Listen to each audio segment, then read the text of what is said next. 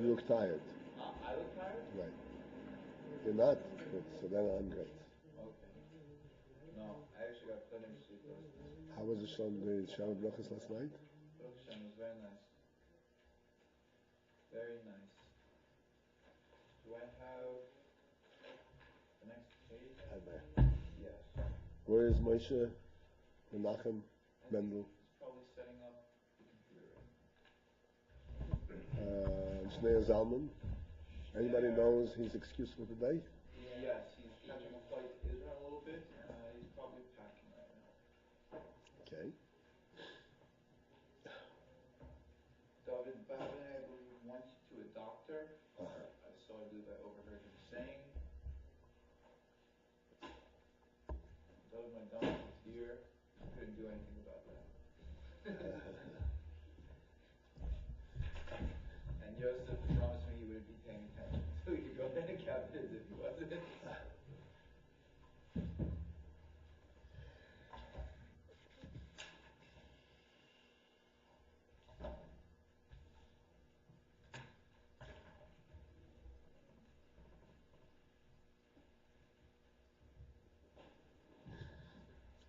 Sorry, the computer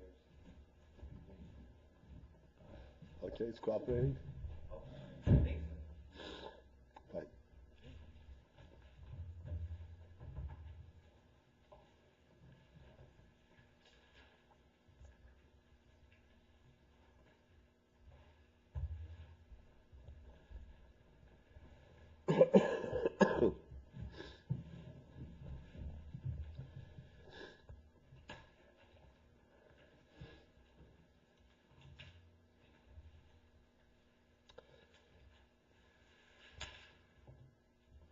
All right.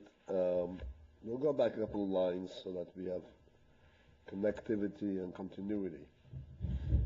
We're right in the middle of the second ois on this page, and the line begins with the word ho'inyan.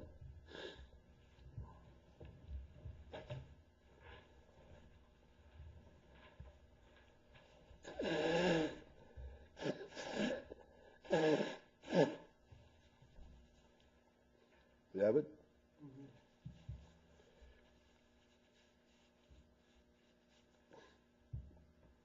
So we're saying that das is where the hachlota takes place, the conclusion. Hachlota means decision. In the sense of das, it means There are two types of decisions. When a person makes a decision, like it chooses the better of two evils, it's also a decision, but it's not a hachlota. Just by default, he has to do something, so he does this. Hachlota means that he concludes, this is it, there's no more questions, this is the right thing to do.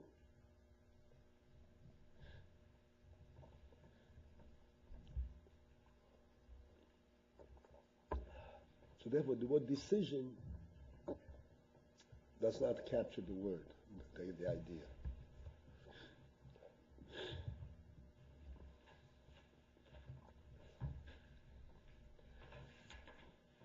So it explains so far that the reason that in Das there is hachloto, because there in Das he reaches the point of hargosha, and he actually senses, he feels that this is the right thing.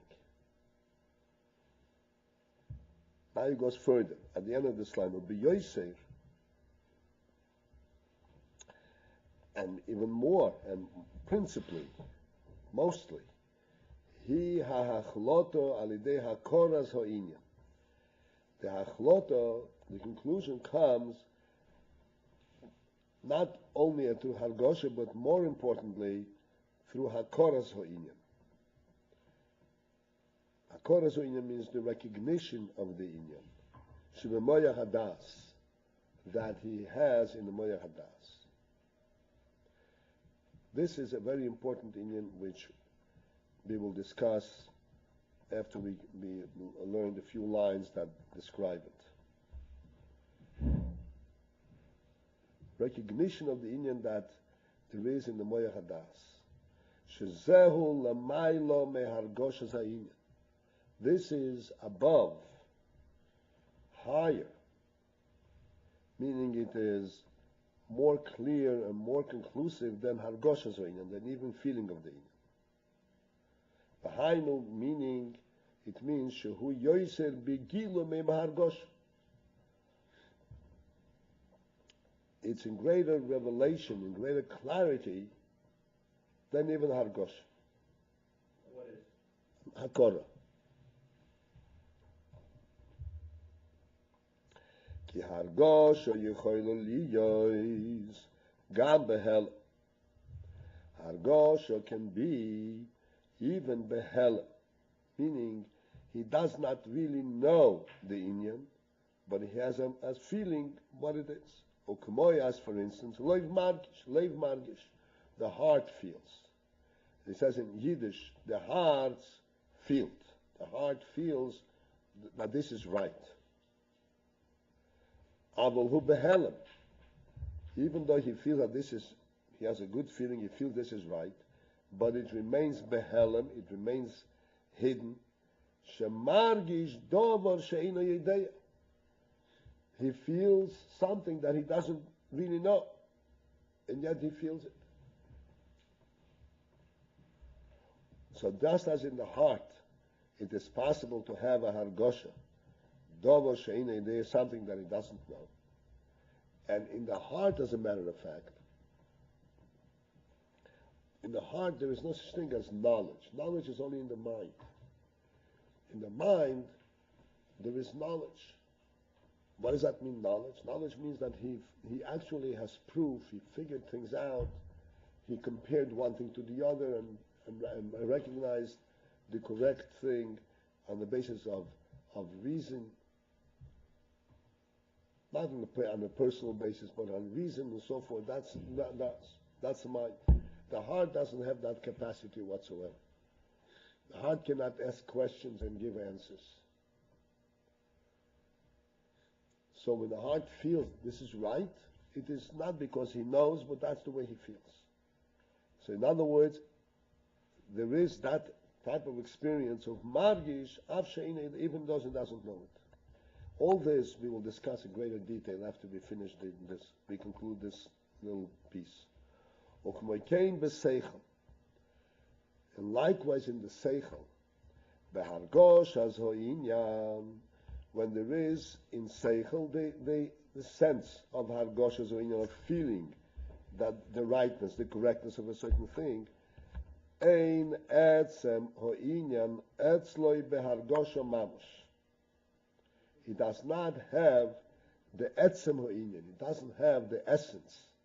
He feels that it's right, but it doesn't mean that he actually absorbs and he relates to the etzem, to the inyan itself. He feels it's correct.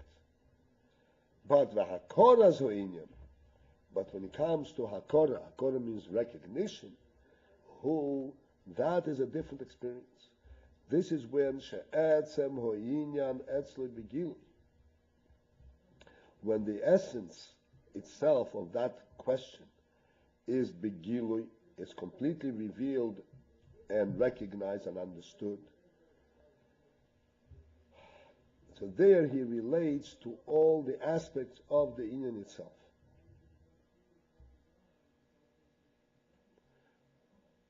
One more line and we'll go back to understand, try to understand. Lachein, and for this reason, alidei hakora, through recognition, boyim lidei re'iyo, we come to a state that's called re'iyo, sighting, like you see something. Ve'alkein, and for this reason, therefore, alidei zehu hachlotas u'inyan. This is how one comes to the conclusion of the inyan, that kach ve'kach dafke, that it has to be only this way, dafka.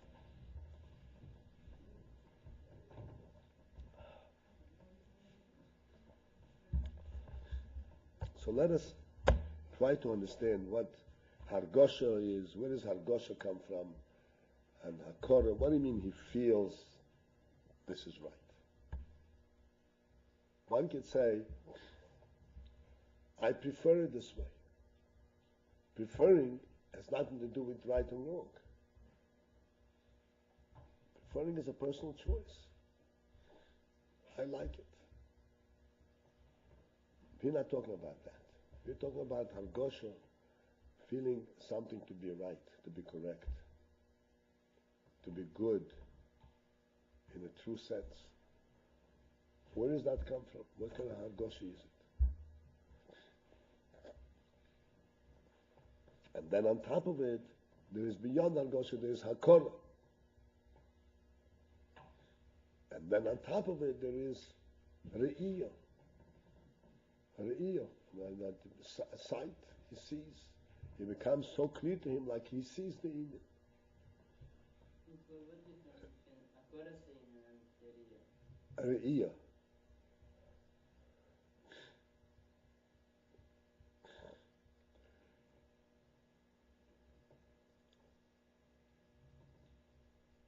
The difference between Akora and Re'iyah is that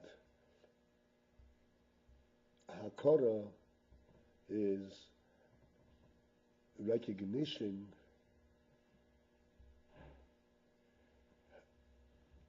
from a distance. Re'iyah is seeing it up close. Let's discuss all these three things, in some kind of a form that we can relate to it. Well, this Harikasha that we're speaking about, is this the same Harikasha we spoke about in Haisalah? Yeah. Said that the ultimate sort of the climax of Dasa we spoke about in Haisalah was that eventually it should become, the Indian should become Harikasha. That it should be, and then when it's Harikasha, so we know that it's settled in the person. That it's standing, so to speak, it's well rested, it's not going anywhere, it's no longer floating in the mind.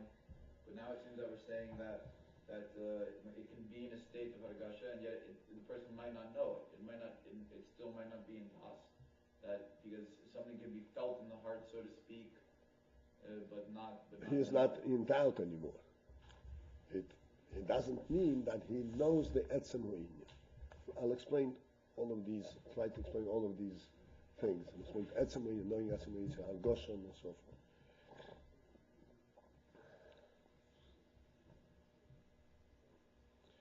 First of all, we have to remember one major principle, that when you ask the question, like the original thing was,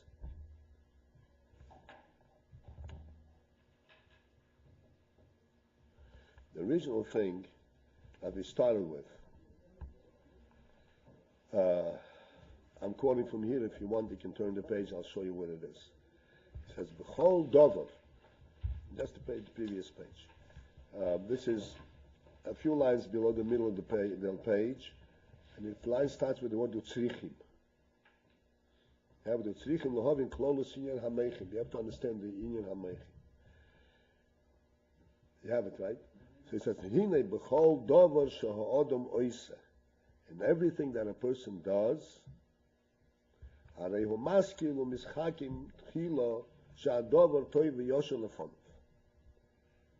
First he comprehends and understands that this inyan is good for him. Okay. This is the starting point of this whole discussion. In other words, we are dealing with a question. What is the right thing for me to do? Kol davar she'odom oiseh.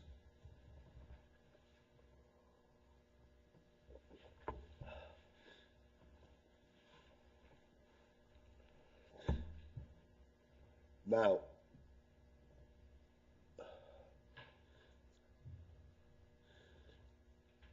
even though it's a brief statement, but it is a brief statement that is loaded.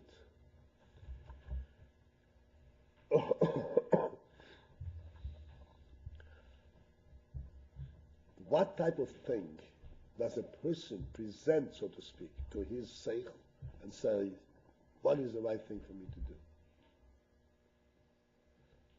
Things that a human being does and lahavra, an animal, also does. Doesn't have to go through his seichel to do it. We are talking about something that is unique to the human being, to ha'odom. It's an odom type of question.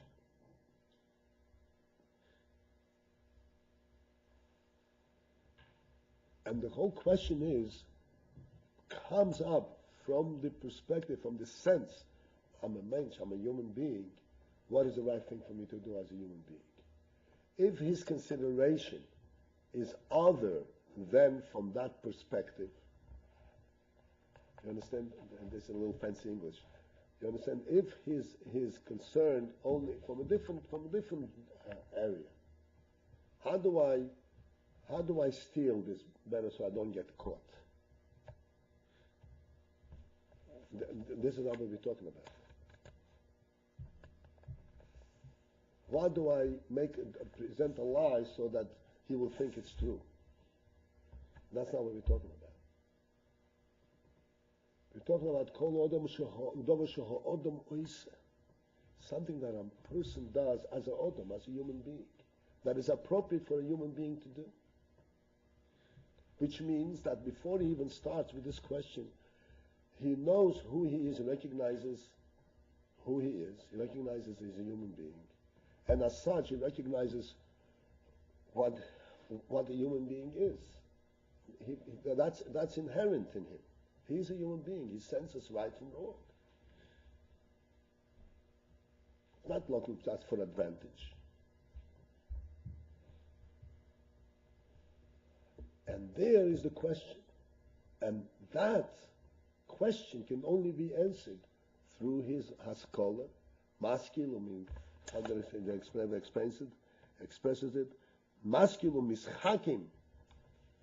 He delves into his maskil, he has a concept, and then he delves in and figures out and tries to understand what is the right thing for him to do. Because the whole question is a human question.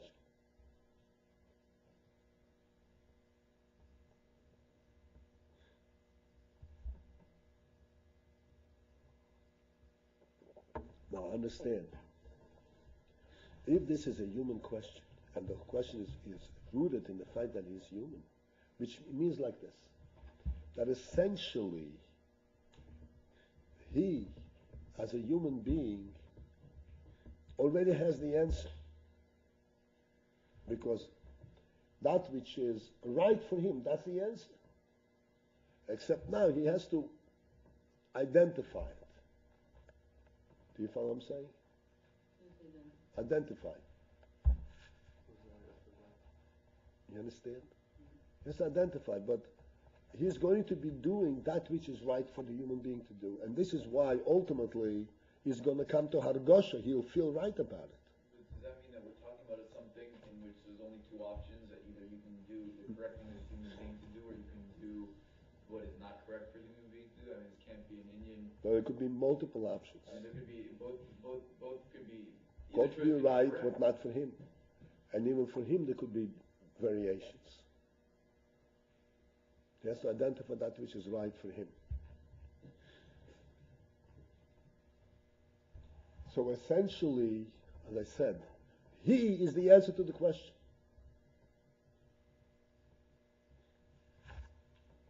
Because he has a soul, he's a human being, and he stands for something.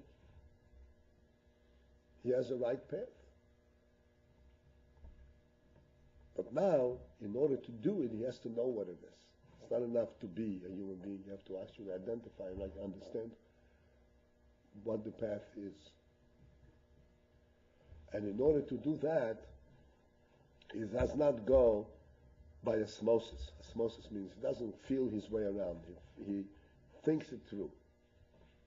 He understands it. And he asks himself all kinds of questions. Okay. And these questions are asked on a logical level.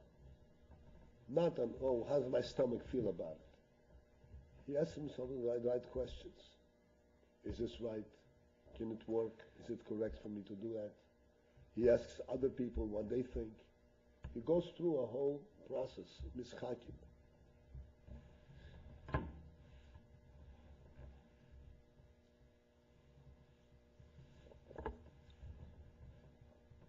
This masculine mischakim, the process of masculine mischakim, means that he comes up with ideas, not only what will be advantageous, what would work, but he has actual arguments and reasons why this is right and why this is right for him.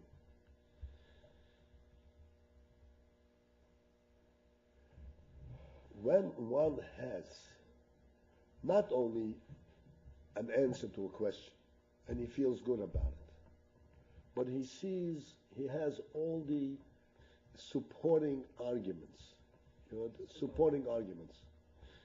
all the reasons and arguments that show that he is right. Support, like the legs of the table support the table and hold it up. He has all the supporting arguments that go along with it.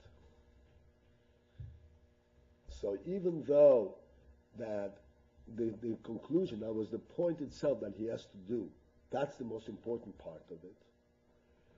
But when he has the full arsenal of supporting arguments, he has what's called the etzem ha'inyan.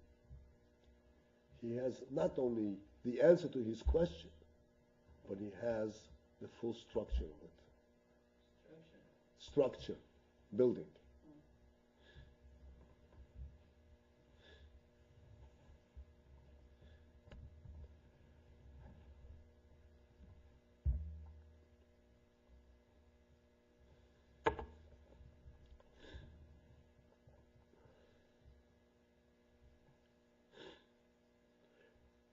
And this is the difference in these three stages, where there is hargosha.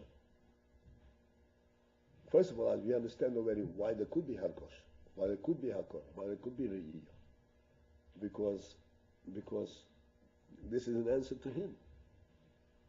What he has to do. So he has hargosha. He feels, again, hargosha does not mean he feels right and feels good about it, but he feels right about it. He feels this is the correct thing. His margis that this is right. So hargosha could be, even as he says, even without knowing the etzem ha'inyan. He doesn't know what it's based on. What based on means he doesn't know why this is right. He knows it's right, but he doesn't know why it's right. Why there couldn't be an alternative way, another way that will be better or more right, or equally as right. He doesn't know it. He doesn't know it. He feels good about this. He feels right about this. The etzem is behelm, but the Indian itself he knows. The Indian itself he knows. He took it out with the Eiref and the Rechav and everything like we spoke. I'm sorry? We said like this, I just want to make sure I understand that when we say it's behelm, we're only talking about, now we're talking about the etzem, the etzem within the kuda which he already drew out. Because the Indian itself, he already, to a certain extent, he drew it out as far as its width and its length. He brought it down from Chachma already, right? We're talking now about different levels within the das itself. Yeah? Right. Once this person has gone through the debates and the arguments of this thing that he knows is good for him, he understands the supporting argument. At this point, we're saying he has an ergish, margish. We're not relating these two. Well, the hargosha, he says hargosha, hakora, and re'iyah. Hargosha and hakora and re'iyah are like three stages in das, three different levels. Three different levels. The difference is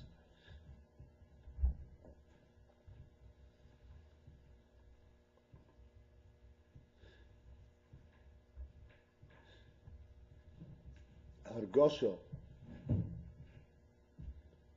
I don't know to what extent you're familiar. I don't want to confuse you, but you know there is chokhmah, bina, and then there is midas.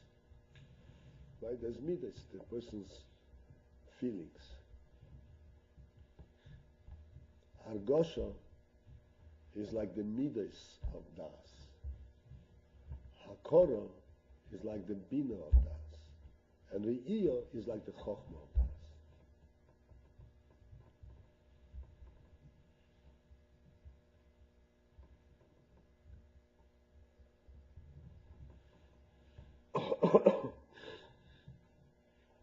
It's like midas. Right. So Hargosha is like he feels this is right. Yes, it is after that he has gone through his chakmus and understanding and all. Taki understands. But he hasn't gone far enough to have hakara, where he has makir, so to speak, the etzem inyan. He sees all the arguments are true, all the arguments are right, the supporting evidence is right. This is which level? That would be in hakara. That would be in bina already. Hakara means everything fits together. Before that, he has hargosh. In relation to what we were saying before, when he's going through arguments, he hasn't done that yet with hargosh. In hargosha, he has the arguments the way they were examined in bina before he came into das, and then he comes into das, he enters the inyan, he feels the inyan. But in das there is another stage, and that's called hakor. Let's understand the inyan. What does hakora mean?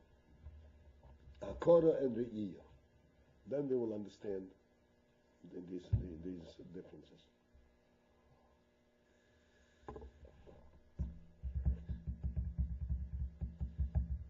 What's Riyah? Re'iyah. Re'iyah is like chokhmah.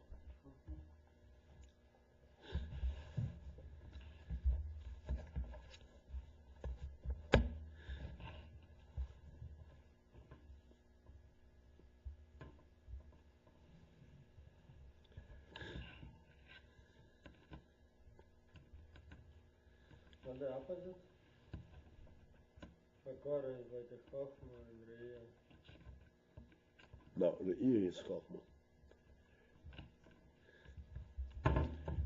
Let's try to understand the words, okay? What does hakara mean? Hakara means to recognize. What is recognition applied to? How can you recognize something? You can recognize something only that which you have seen before, which you knew from before. A person that you've never seen, you can't say, I recognize you. Right? But you have seen him, whatever, some time before, and since then you did not see him. You went oblivious, you went hidden, and now you see him again, and you recognize, oh yeah, you're the guy I saw a year ago. That's hakor. That means that in hakora, even though you actually recognize, like we spoke the other day, you recognize, you have no doubt, oh, this is him. You really recognize the real thing. You don't base it on reason or because he has glasses and he has a beard. You really see him. Nevertheless, you have to remember. Oh, I remember from before. It's not something I see now. I remember from what I saw you last year. That's been hakor. In terms of das, see hakor in das, when did he see it? So the hakor is, like we said before, the whole question here is a human question. What is right for me? And in being a human being, he senses what is right for him. And when it's presented to him, he recognizes as, yeah, it fits. It's right. It fits the idea of why I asked the question in the first place, because I want to do right for what's right. So therefore, these two levels, the original question and the answer now, shake hands. They meet. That's Hakor. Does it first need to go through Hagashas? Can it go directly from Chachma Bina then to Hakaras Adas, or does it need to go through, in order to get to Hakara, do you need to go through? That really depends on the person. You know, it will be more wholesome if it goes through Hargosha, Hakora, and the Iya. But if he's not an emotional person, he will not go through that stage necessarily. But then there is Re'iyah. Re'iyah is in a different category. Re'iyah is not something that I have to remember from a year ago. Re'iyah is so clear. Re'iyah, there are no questions, no contradictions in Re'iyah. There are no multiple possibilities. There's only one possibility. Many.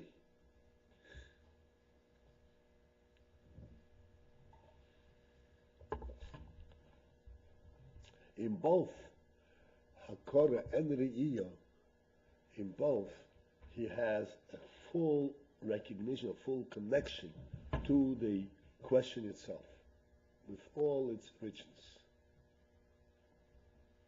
and all its reasoning, and all its pros and cons, positive and negatives. What makes it right? All of that. And in addition to the fact that he knows what makes it right, he also knows that it is right. Do you see the difference? He knows what makes it right, and he knows that it is right.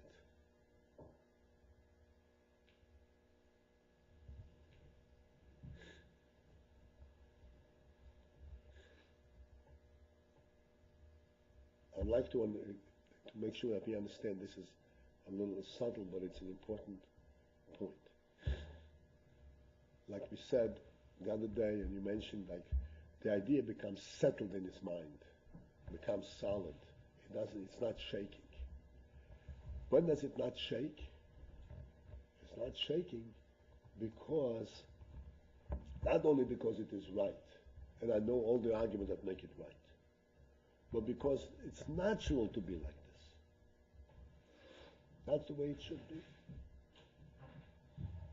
When I'm sitting on this chair, and the chair has 4 legs, I'm not saying, oh, I feel secure because it has 4 legs. And I'm relying on the 4 legs to hold me up. No, I feel secure because that's the way it is. It's a secure place to sit in.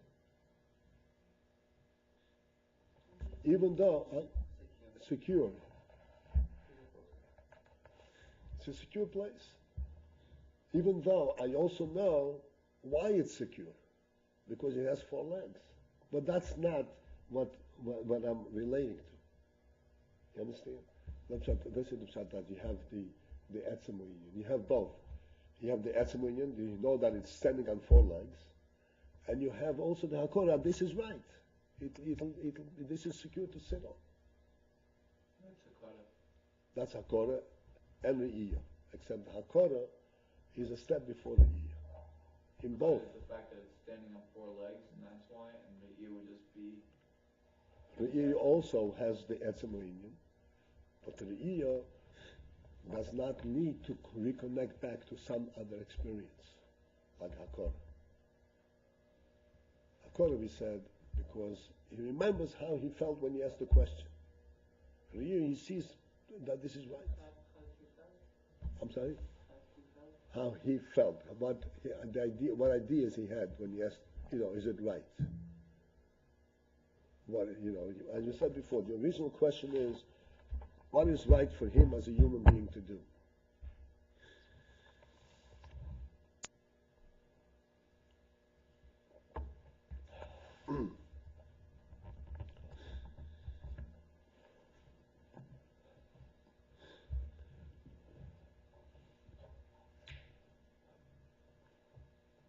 Re'iyah and Hakora are very close, but we have to be able to understand and they're also very dramatically different and distant in a certain sense. The whole reason that a person has to debate with himself and figure out what is right for him to do is because of the Helen Hester. Because of the Helen Hester of the world. If there were no Helen Hester, if we were not in Golus, we wouldn't have any difficulty. It will be clear. Adam Rishon before the Chet didn't have to hesitate 1 second before he wanted to do something.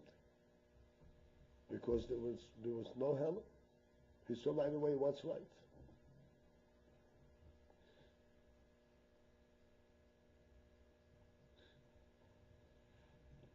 Adam Rishon was brought on the very first day, he was brought all the animals, that he should name them all. And he rattled them off one after the other. Can you imagine if you take him a whole debating process to figure out what names to give all these animals? He didn't have to do that because he saw right through it. That's the Iyah. The Iyah is when you see something and there is not through a Helen, not after a Helen, you see it directly. Hakora comes after a Helen. You knew it yesterday, and in the meantime you forgot, and today you recall it back and you recognize it again.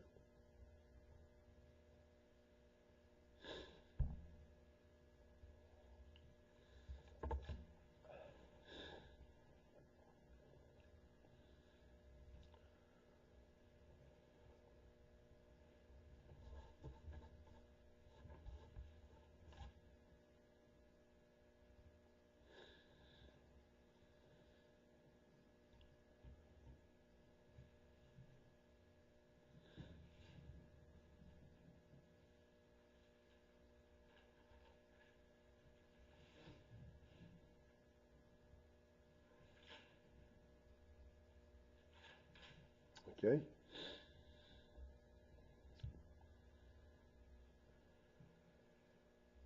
So Adam Rishon originally was everything was on a level of Riyah. Yeah.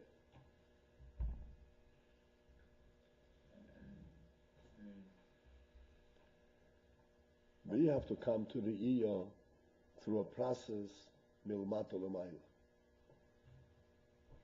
Through a whole process, until you reach a point where, why did I ask a question in the first place? It's clear. That's the Iyah. With Adam Rishon, it was instantaneous. Showed him the animal, and like his Riyah, he saw and he knew. Right. But even with us, Riyah takes a process.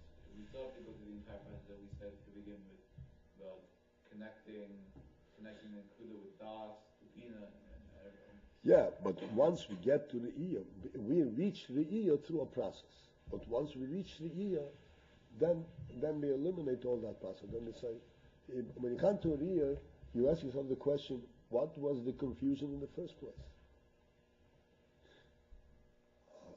Was I blind? That's an expression. Did you ever hear such a question? Of course it's not. Was I blind? I should have seen it.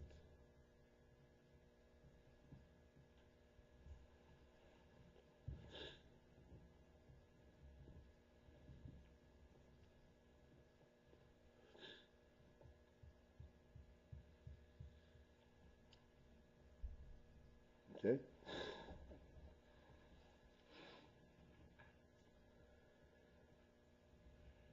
Okay, now, okay, you want to go further?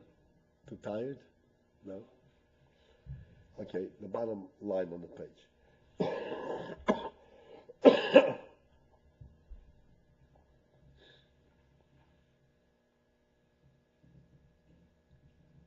Ready? Yeah. V'zehu. And this is, in other words, this points out Shehatoikev hu b'das dafka, that the strength power of conviction is called toikif. When a person stands on his decision, on his point, he doesn't waver, he's bedas. K'moi ha'toikif bedaitoi, ha'takif bedaitoi. There's an expression, takif bedaitoi, somebody who is strong in his das. And the tkifus is only in das, not in chokhmah, not in bin. Ipnei, and that is because shebedas davko hu achlotas adov. Because only in das comes out the achlotas, the conclusion of the inyan. So what does it mean, kamoi? Ataki bedas.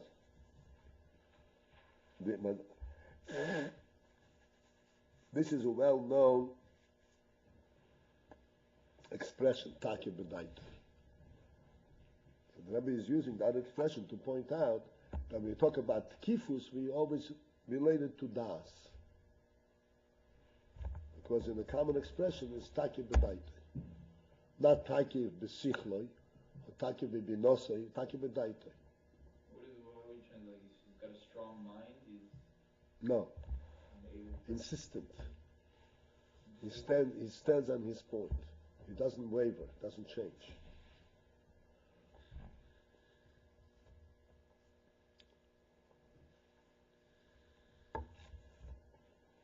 Strong-willed. No, strong-willed is something else. Kind of like conviction. Right, power of conviction.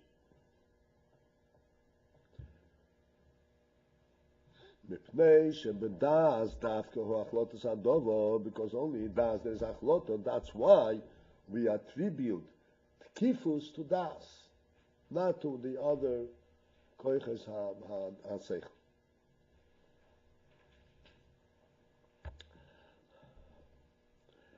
V'chein hu, and the same thing is behispoilus halev, in the effect on the heart.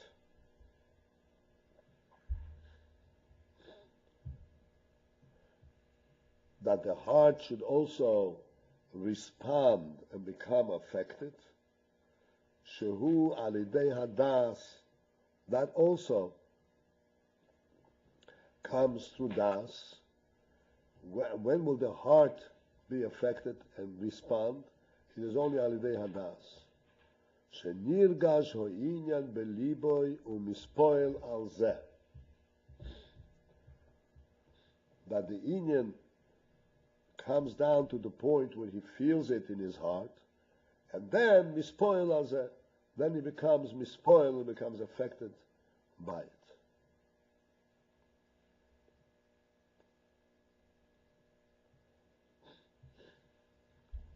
All right. This is spoilers halev, is another dimension to the whole thing. So far, we were talking all in das, all in seichel.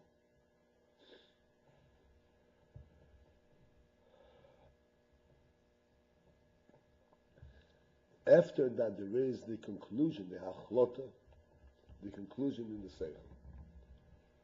You see, as long as the debate is going on, the heart will not follow.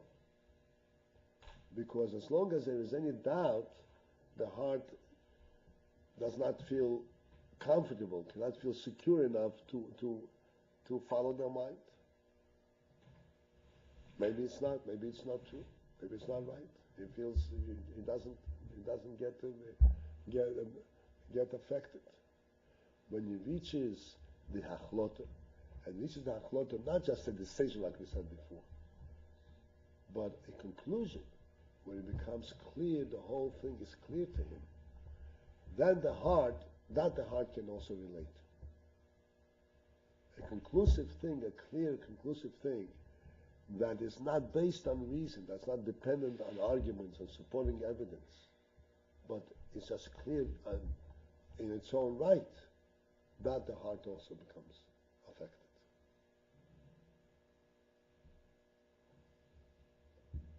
This aspect of take it can only come from the sense of the Riyah. Take if? Take it, you said that No, take if can come. Take if comes from Hachlot.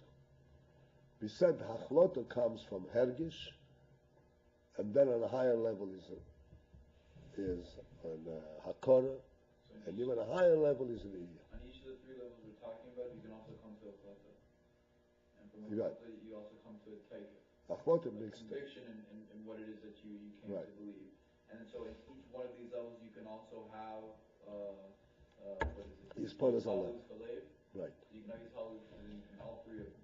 Yeah, once you have Hachlota, you come to a Boris Alev. It's Hachlota is like commitment. You're ready to commit yourself, and then the heart is able to become spoiled also. Wow, it's a great thing.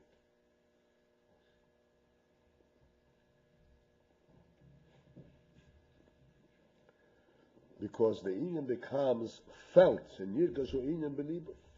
The inyan becomes felt in the heart. Now, please understand again, how does the heart get to feel it? This is something which went on the mind. How does the heart get to feel it? The answer is, as we said only in the beginning, this is a human thing. So the heart is also a human heart. And in his heart he feels what's correct. Except he didn't know it. Now that it's identified, he readily relates to it.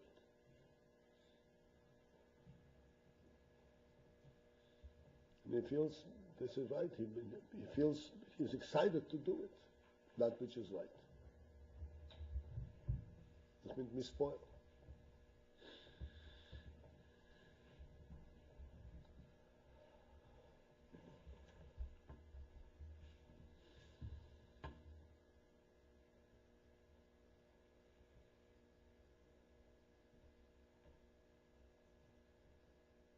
Okay.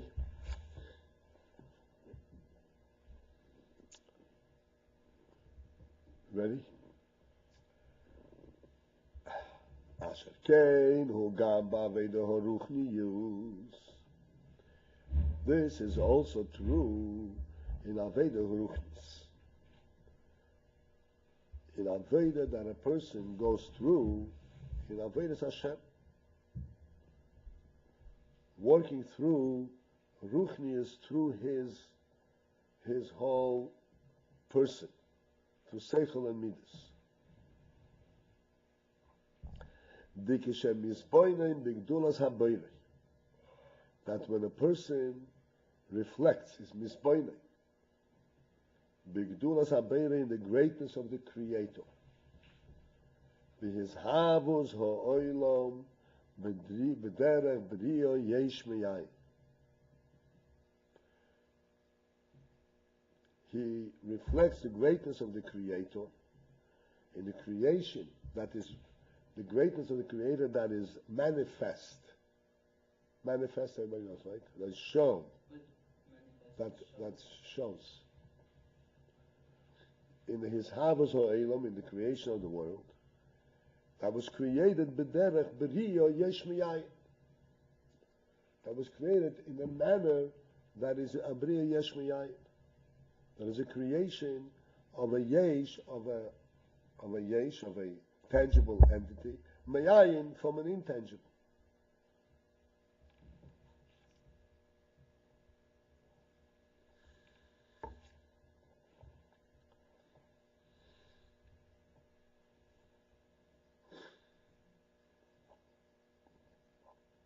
So, briefly, what is in Misboinanin?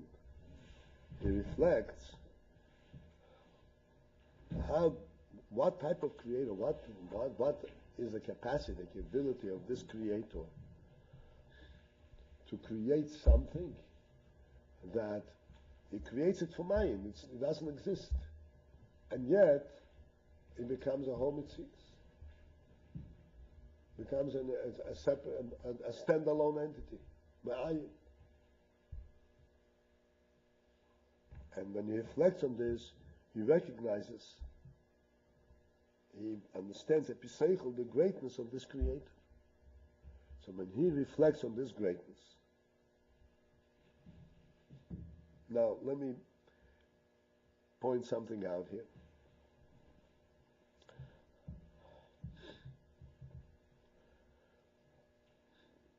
When we reflect on the creation, we can be reflecting on two things. The greatness of the creation, of the world that was created, and the greatness of the Creator who created this great creation. These are two distinct inyonim. We are talking about the Yisboinus in the Creator.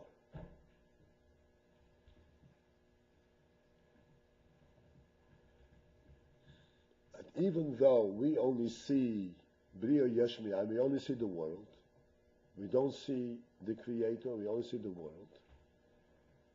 But in the Hiskavos of the world, we can recognize and then be misboid and understand to the point where we can actually reflect on the greatness of the Creator Himself, even though we don't see it.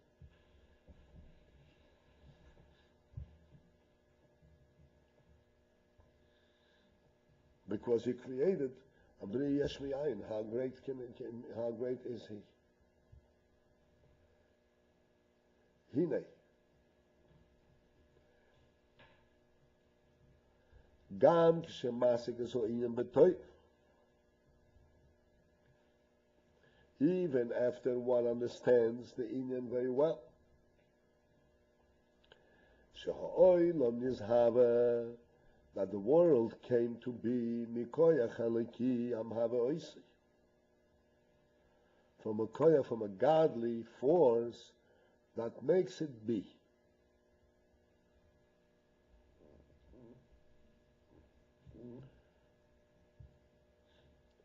A godly force, what is a godly force? That is a force that is beyond all existence. That is a force that's godly. Godly means it does not need to be made. That's the difference between Olam and God. God is that which does not need to be created. It's the truth itself that's beyond creation. World has to be created. When you say the world came from someplace, where did it come from? It came from a place that is beyond world. Because anything that is world, we always ask the question, so where did that come from? Right? That's what the world demands right away a question, where did it come from? Because we recognize that the world is a finite being, and it has to have come from someplace. And that finite being came from a godly presence, from a godly koyach. What's meant a godly koyach? Something that is beyond creation, beyond world is. It is true unto itself.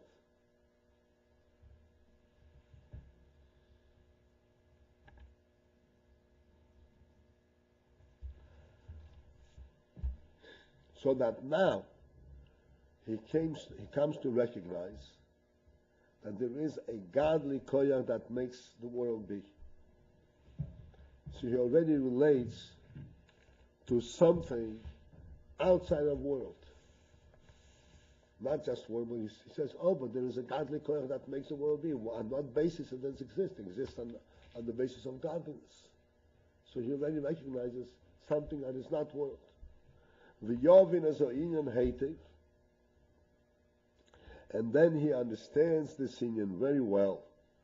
The Kama has been utilizing many explanations, v'rayos v'heichochos.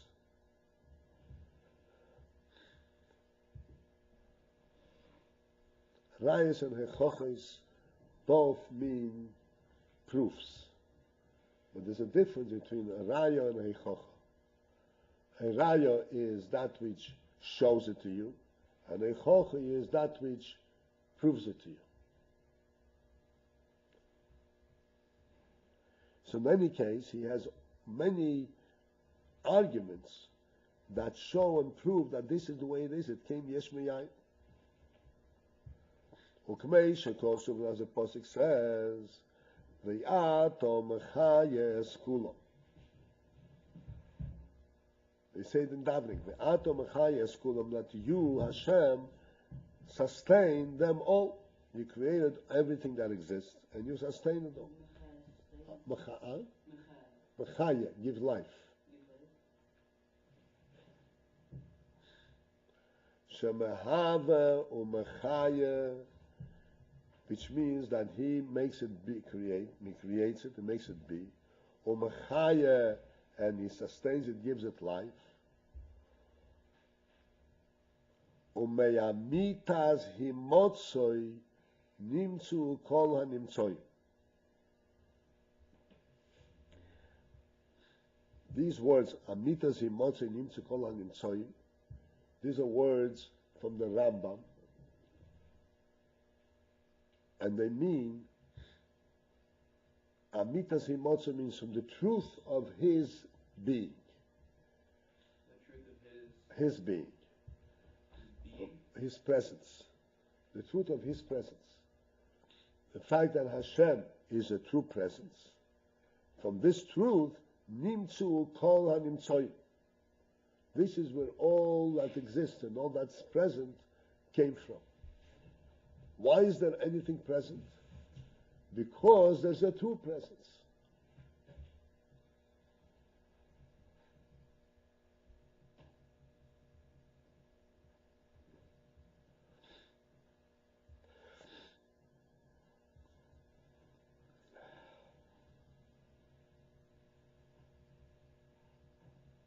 Okay?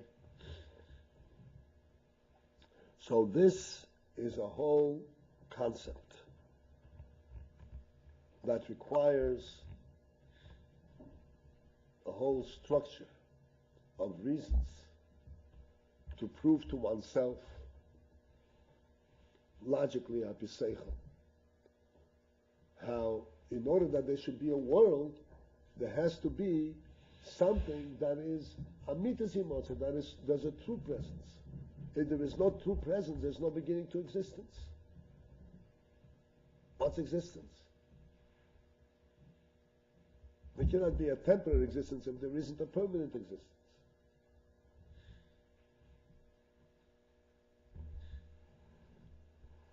All that goes into the structure and into building to the point to understand that everything that exists comes and represents amitas himotze, the truth of his existence, and everything that exists is like relating to him is like yesh ma'ayin, because his existence is a true existence which exists without seeing it. His existence is not dependent on us being able to see it. It's a true existence which seeing it doesn't change anything, doesn't make it more real. And here we have an existence, a world that is entirely limited to what our experience is. World is only that which we see and feel. This is yesh ma'ayin. How does this work what we're speaking about? Because it seems like the entire time we're talking about a process, and now we've brought in this idea of what is the true existence of the world, yesh ma'ayin. But how does that? I mean, is this just being brought in as an example? How it is that in the place of Rukmini said you can also see that there's this process takes place for a person to come to this realization? Right. This is not the conclusion yet. This is not really a topic we're discussing. It's just an example being brought. This is an example of where das comes in. This is just the first step. So from Moshe Kazu Va'ata until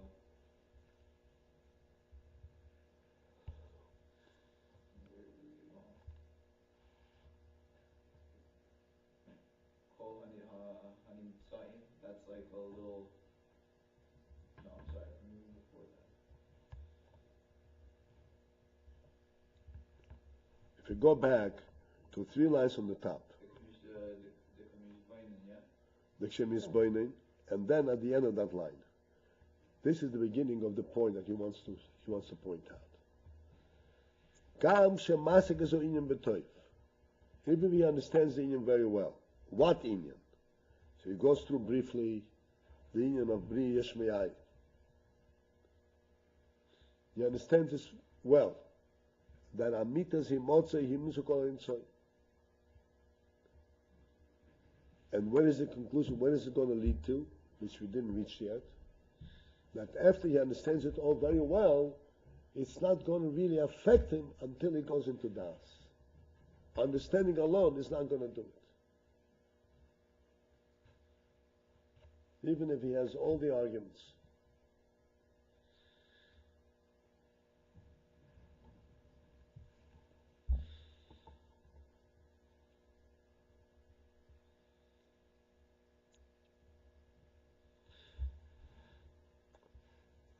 But even though this is brought over here as an example, but to us this example is a very important example. So we might as well try to understand the example.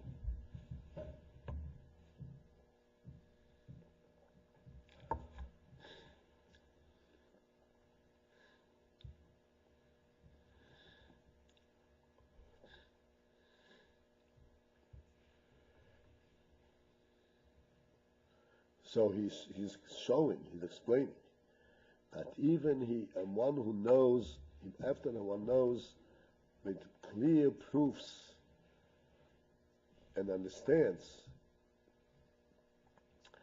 that the existence of the world, it actually represents the truth of Hashem's existence. There is no truth in the existence of the world. The truth is in the Creator. And the world came from the Creator in the form of Yesh Me'ai. And still, Ein ze nitfas v'nidbak b'moichoy. He does not get grasped and connect, glued to his moyach, the hanocha toiva, in a settled way. After he understands everything, he looks around the world and says, I don't understand. He just asks, how do you understand everything? And you have no possible doubt that that's true. But it's not hanocha. Every time I think of it, I have to start all over again to prove myself that's the way it is. I feel uncomfortable. How can it be that this table he has created, Yesh Me'ai, it's so real? Then I turn around and say, but it's not real at all. It's here for this time being. What makes something to exist on a timely basis? It has to be something that's super timely. And you go back to the same sword. So it's not Muna Ba'anochatein. V'sheyoyer. And that then it should brighten and illuminate. Ho'inyan should shine. The inyan should shine. B'moichoi, b'chayus, v'simchas ha'nefesh b'ho'inyan. He should shine in his mind, in his brain, and he should have simchas ha'nefesh. He should have joy in his nefesh, in understanding this great thing. Is it possible for a person to this type of concept I was speaking about now, Yesh Ma'ayin, is it possible for a person to bring that down into thoughts, into any of these levels that we're speaking about? Yeah. At that point, isn't it kind of... What? Isn't Yesh Ma'ayin, as far as, conceptually, it's, in order to bring it down to Das, isn't it like impossible for a person to really, for it to be real for a person in the sense that he can actually, by him, it's not just a concept, but that it's part of him, because it's something that's completely, it's it's like Hashem himself. Like you can't know Hashem himself. How can you know Yesh Ma'ayin? It's like it's outside of the world. It's outside of anything which is knowable, isn't it? It's like if a person Yes. would look at the world and see that the world is really Yesh Ma'ayin, so he would no longer be seeing the world anymore. They would see it as Hashem at that point. Yes. So then can a person can do that? So what happens in this process?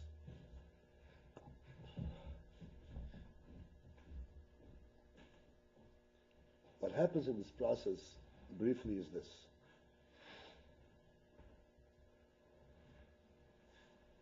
That a person realizes, as he goes through this understanding, he realizes two things. Firstly, that really the world makes no sense to him. Makes no sense.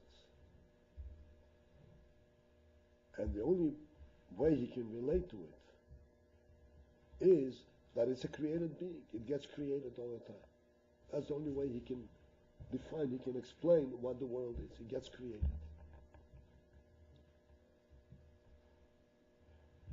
And this creation, he understands, is Yesh Me'ayin, because I don't see the Creator.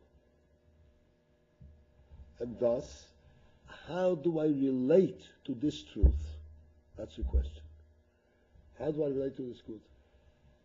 I know that this is the only reality of the world, and I don't understand it. How do I relate to this truth?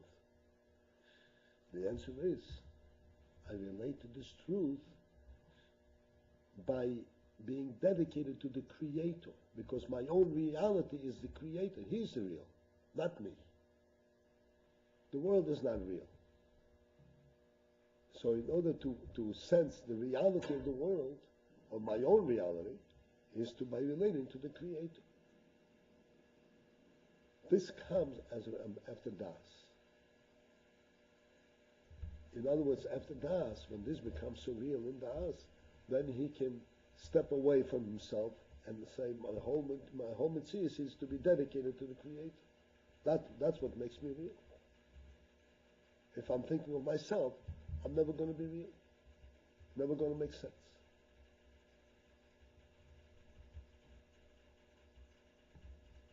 I'm not sure I understand, because Yesh Ma'ayin is a concept which is, so to speak, beyond comprehension of a person, so then he's going to connect himself directly to the Abba. Like if you can't understand, No, that's what makes it real.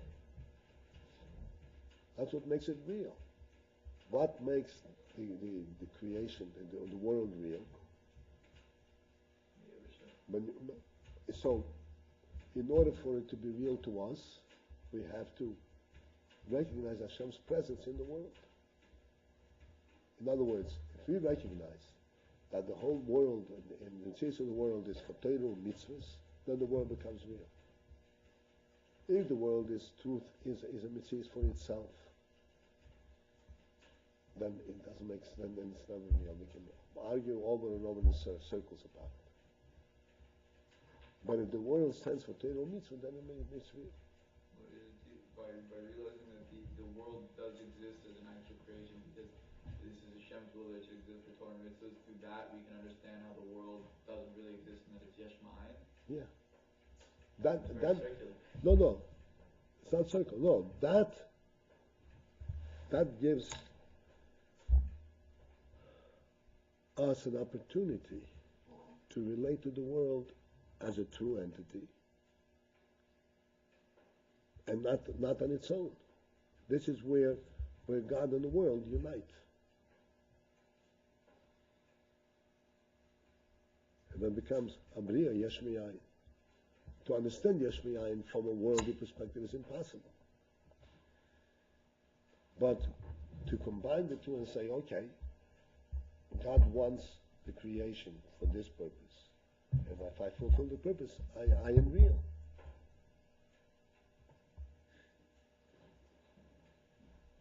Because that's what the creation is all about. This is, we're jumping the gun. This is essentially what happens.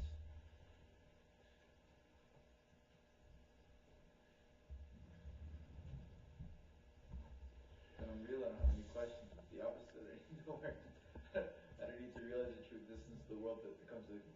real. I've come to the conclusion that I'm real before I ever thought about it.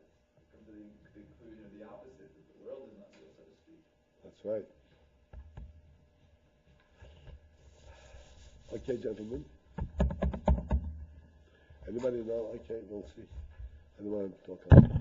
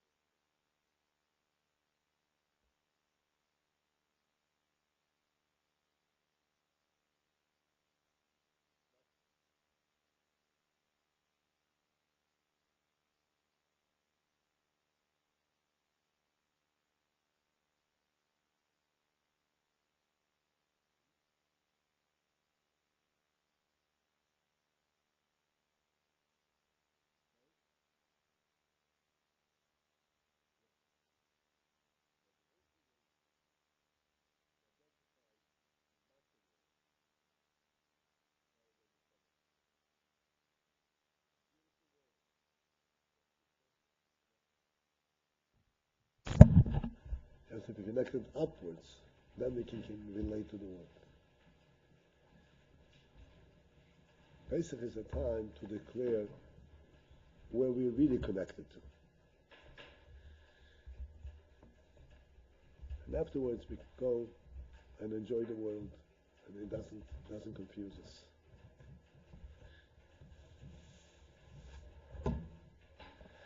So Pesach, we have to have a kosher affair.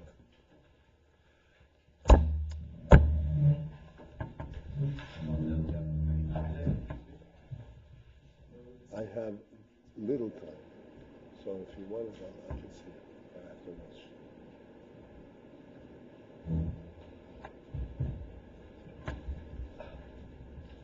All right.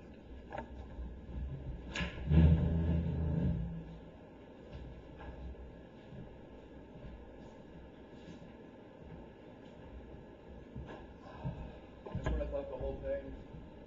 What? I just want to thought the whole thing was like how we got talked about how when we drink together we can play at the top and it's right next to play at the top and then it's Margish and it sits well in the safe, but